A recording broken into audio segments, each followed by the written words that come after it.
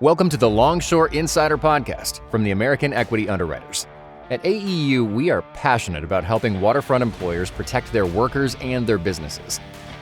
Join us as we explore practical strategies for improving workplace safety, effective claims management, and much more. So let's dive in. Welcome to the Longshore Insider Podcast. Hello, and thank you for listening to the AEU Longshore Insider Podcast. I'm your host, Mike Jernigan. In our latest series, I'm speaking with AEU's very own loss control managers to learn how they help organizations across the maritime industry develop, maintain, and improve safety cultures. I'm joined by Leo Alaniz, and today's topic of discussion is developing safety professionals. Leo, thanks for joining us. It's good to be here. Thank you. So Leo, tell me a little bit about yourself. How did you get started in safety? I was at the right place at the right time. When I came out of the Air Force, I was looking for a summer job, and there was a shipyard in Brownsville, Texas. So I applied there. I ended up working within a safety department as a clerk and developing software that the safety team would use. So it was just the perfect storm in that I had the exposure to a large shipyard setting. We were doing new builds for jackup rigs, and we were doing semi-submersible conversion projects. So the exposure was there. A lot of modular work on the vessels, new build work, and it was just the right setting to learn from the safety side. So as I'm working with the safety team, trying to develop new software, whether it's a inventory system, a tool room system, or a permit to work system, some training curriculums. We just spent a lot of time developing the ins and outs of the safety program. And we already had the setting to work with. It was just a matter of getting the right safety program in place. So as a safety professional, primarily as someone who was entering that field, you had to be developed, right? You had to develop into that role. And today we're talking about how to develop safety professionals. And I'm sure your time in the industry has shown you many different strategies and techniques that can be used, but can you talk about basically what it is that needs to be done to develop safety professionals? So that's a very open-ended question, but I would start with you do need an organization in place, and I was very fortunate to have a very structured organization when I started at the shipyard. Like you said, I was developed. I went through that process as well. But it's very key to develop that first, is understanding where you want your individuals to be trained to what level. You have your beginner, intermediate, and advanced level, and each one of those tiers needs to have an assigned level of training or competency at every level. So when you start looking for talent to develop, you have to understand what tier you're looking for. And that kind of guides us to the next point, where we talk about hiring talent and looking for safety professionals. You have to, when you go out to the market, for example, and you're looking for individuals to come into your safety department, you have to understand if they're coming in at the beginner, intermediate, or advanced, and we have to keep it practical. You know, if the company's going to be offering minimum wage, you don't expect to get an advanced level safety professional. It's up to you to develop that. So going back to the organization, right? Having an organization and a view of your department, understanding what kind of safety professional you want, but also having a plan in place of how you're going to expose and train that individual to the level that you want to. So to boil it down, what I'm hearing is essentially you can't wing it. You have to set some clear objectives, some clear guidelines, and you have to have a specific plan. And if you don't have that firm foundation, then it's not going to happen. Is that right? Oh, yeah, absolutely. You have to have the game plan. You have to have a training plan to your own safety department. You know, a lot of people hear training plan and you automatically go towards skills trades or the workers out on the field. How do we get that level of competency up in their respective skill trades? But that's very true within safety as well. There's just so much safety training out there. You have to have a plan of my beginner level will be exposed to A, B, and C. intermediate will have this training, and advanced will have this training. You have to have that safety plan in place before you start looking for talent to come into your safety department. So when it comes to hiring, whether we're looking at a candidate pool in-house or externally, what are some of the key traits and characteristics that organizations should look for when they're trying to find the right individual to fill these safety roles? So there's a long list of skills and traits, of course, that you always want to look for. But personally, the three that stand out for me is communication, influence, and coachable. First, you want to make sure they're coachable, of course. How open-minded are they? Are they moldable? Are they going to work with you? I've had cases where we bring in someone who was with the previous company and they were just set in their ways to their old company. Like, this is the way we always did it over here. And they try to instill that into this current program, and that can cause some issues. So are they coachable? Yes, we appreciate you bringing this background from the other previous company. Let's talk about it. Can we use it here from a process standpoint?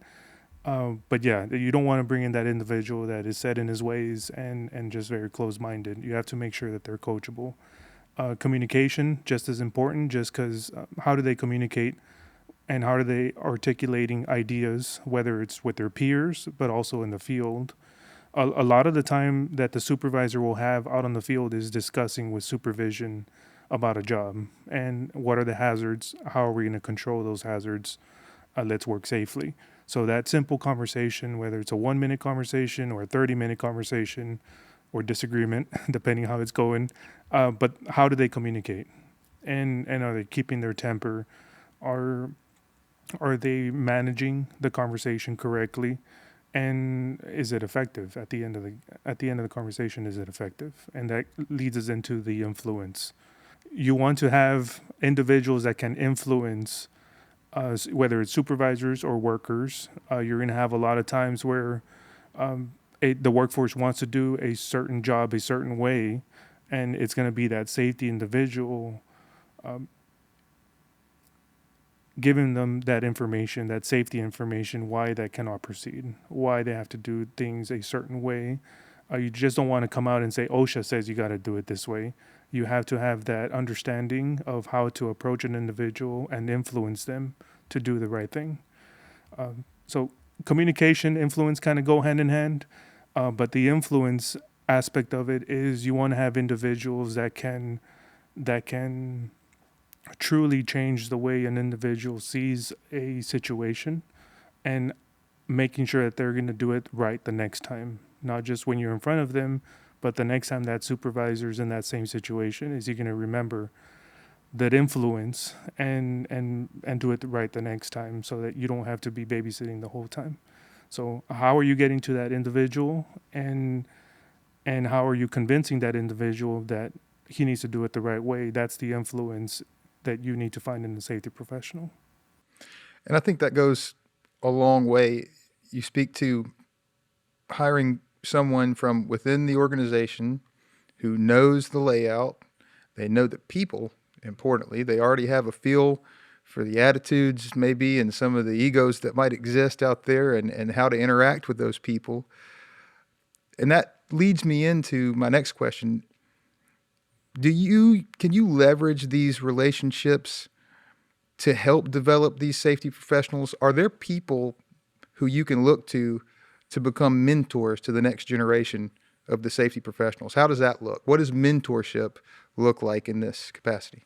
Mentorship is very important, especially in a large setting like that, where you just have a lot of direction and you have to make sure that you're following the correct direction or the guidance. And that mentorship in place, once you have that individual identified, is going to be your ear to talk to. What do you think about this idea? Or this is my situation. What do you recommend?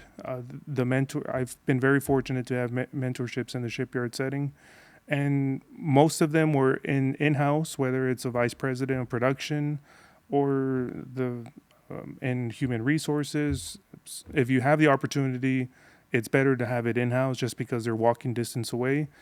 But in today's world of networking, you have the NSC organization, ASSP organization. There's industry events that you can go to and network and find that individual, someone who is where you want to be in a few years and has that experience, that technical knowledge, has been through it, and you want to get ideas from them and how they did it. It'll save you a lot of headache if you have that individual to bounce off ideas off of. And speaking to that influence, a lot of times that can come from developing mentorships with people in the yard who've been in these positions, who know the roles, who know the things. Touch on that. Tell me how important mentorships are to developing safety professionals. Yeah, absolutely. Once you have that mentor, especially if it's an in-house, that resource that you have in-house and you're relying on that mentorship, it goes hand in hand with that influence, just because they can assist in tactics. They can assist with certain approaches to certain individuals. Certain individuals are very black and white, and they want to see in writing why they have to do things a certain way, and it's fine with them. Don't take it the wrong way. That's just the way they're processing information. Whereas the other individual is going to ask 5 times why, and down to the point of why did OSHA write it this way? I need more information. Let's change OSHA. Not understanding the regulatory side of it, and that would consist of a different approach. But a mentor can provide more guidance on where those individuals are, how much of a conversation should we have with certain individuals to make sure that they understand the safety perspective of that situation. So yeah, it goes hand in hand, that influence with the mentorship. If you have that mentor on site, they can definitely provide more information on the different conversations you can have to have that influence. So relationships and mentorship specifically are extremely important to developing safety professionals. But how about other resources, other technologies, other things out there that may help organizations develop their safety team and also help sharpen the skills? What are some of those things? So yeah, there's a lot of information out there, and there's just so much content, regardless of platform, the World Wide Web. Where do you start? That's very true. And going back to that training plan, you want to start documenting the information that you get your training individuals exposed to, or your safety individuals exposed to. You want to start controlling what kind of guidance they're getting, and whether it's YouTube or other video platforms out there, there's a lot of information that is for purchase online, but just as much as that, if not more, there's free information out there. And you just want to make sure that information that you're using as training, if you start using that content for training for your safety individuals, is aligned with what your company wants to do. So for example, there's a lot of information out there that's for work authorization and permit to work. And a lot of that information is aligned with the oil and gas industry. But make sure it's not contradicting anything that you do in-house. Not all companies have a permit to work process, whereas the oil or the offshore oil and gas industry already has that and it's written into law. It might not translate well into your own work setting. So that's what I mean by, if you do have that safety training or that technology out there, you want to make use of the technology and the safety information out there to mold your safety processes. Make sure that it's not contradicting something already in place. But going back to the question of the technology, you have your wearables, you have from the technical side, all the little gadgets that you can use on the field, and that's just going to be evolving. You got to stay fresh with that, and whether it's industry settings or industry event settings or online with subscriptions, magazine subscriptions, or the email spam that usually goes to your junk folder. But a lot of those newsletters and alerts do have more product information about all the gadgets that are coming out. Don't just move those emails to your trash. There is some good information that comes out of that. But I want to ask you a quick question about that. And we're not here to promote any particular products or brands at all. So maybe you can answer this in a more generic sense, potentially, but what are some of those gadgets that you're talking about? What are some of the things out there that companies might be able to tap into? What is it? So it can go as simple as an iPad or an iPhone out on the field. And if you unlock that in itself, it opens up a whole world of forms and custom forms that safety officers can use. And it's a tool at their disposal. So, for example, one thing that we did was we developed forms for stop work notification, unsafe behavior, unsafe condition, and with those three forms on the iPhone of the safety, he can pull up that and make a documentation or a record of an instance that he's observing, and that gets notified to management and to the rest of the individuals that need to be notified. That's just one example. Another one is flashlights. With the industry changing so much about flashlights, or whether it's a wearable one that goes on your hard hat for that visibility that you need in confined spaces. Just in the last 5 years, that has changed a lot, where there's so many more options when it comes to flashlights.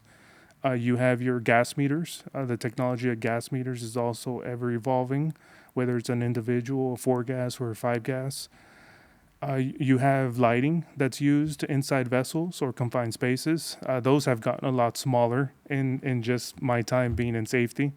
I remember when you had a little cage around the light bulb, and it was quite heavy, and it was a pain to maneuver that around. And now you have LED strips inside a confined space. So, yeah, there's always products. There's conferences that focus around technology and what is out there in the digital world and technology world. And it doesn't hurt to go to those with the safety mindset. What can I get from this technology conference that I can apply in my safety department?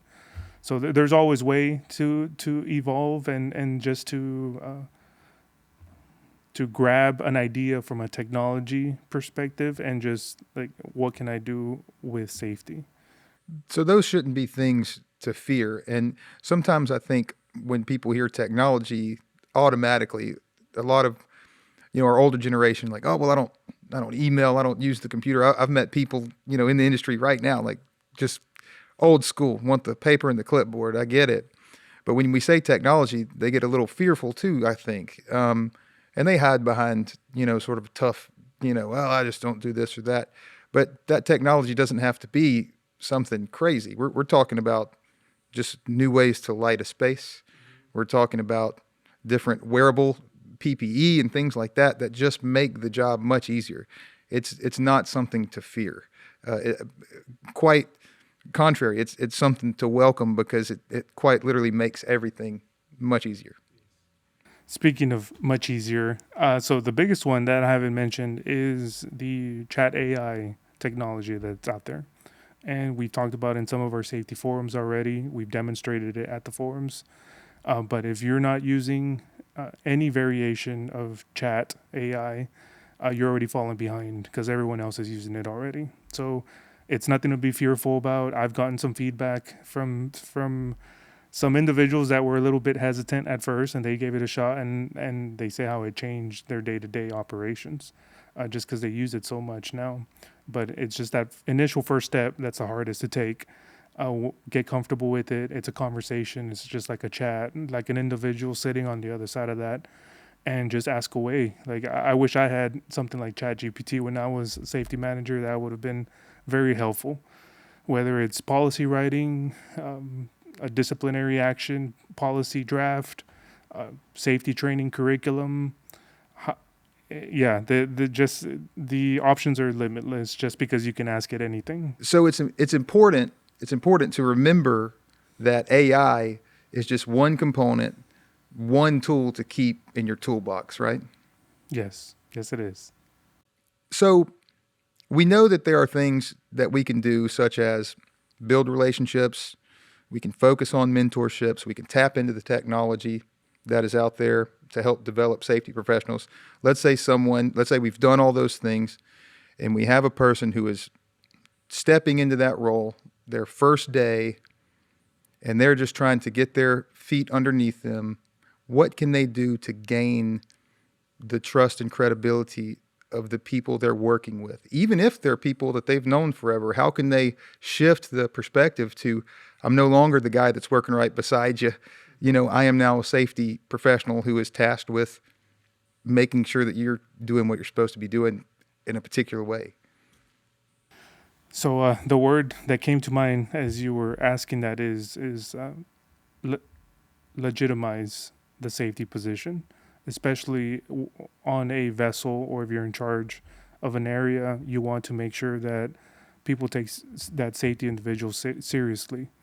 And that goes a long way whether you're in front of a meeting, speaking to safety, or a toolbox talk, a weekly safety meeting, regardless of what platform you have, the only way they're going to take you seriously is if you have that respect of the workforce. And that's not something you pay a price for. That's not something that you demand. It comes with time. And it comes from talking to the individuals one-on-one, talking to the workforce, making sure that the return on investment is there. What I mean by that is, from the management perspective, they're looking at the safety individual and what is that safety individual giving me back to the business. So you have to work with the leadership of the yard or the terminal, work with them on obstacles, on what is unsafe or what is a new process. Hey, we're going to be doing this job. We've never done it before. Let's assess it. Let's do a risk assessment. Let's mitigate and let's proceed forward safely. But even at that highest level, you're building points and you're getting that reputation with that leadership. If it's a one-on-one discussion with the worker, let's say it's a repetitive non-PPE user, how you address that situation with them, tell them why it's important, but they're getting to know you at the same time. So every conversation you have with an individual, whether it's a worker or a position of management, you're building that reputation. And it's, again, going back to that respect that you want to have within the workforce. It's not going to come overnight. It takes time to build up. But just like any relationship, you have one bad moment and it's going to bring you down 10 steps. So you want to avoid those bad moments, whether it's with management or with the worker individual. And you want to keep building that relationship. Don't take any steps back. So we've covered a lot of great points today, but let's speak to an organization who's trying to develop their safety professionals. What are some quick things that you would say to them to help them get started right now?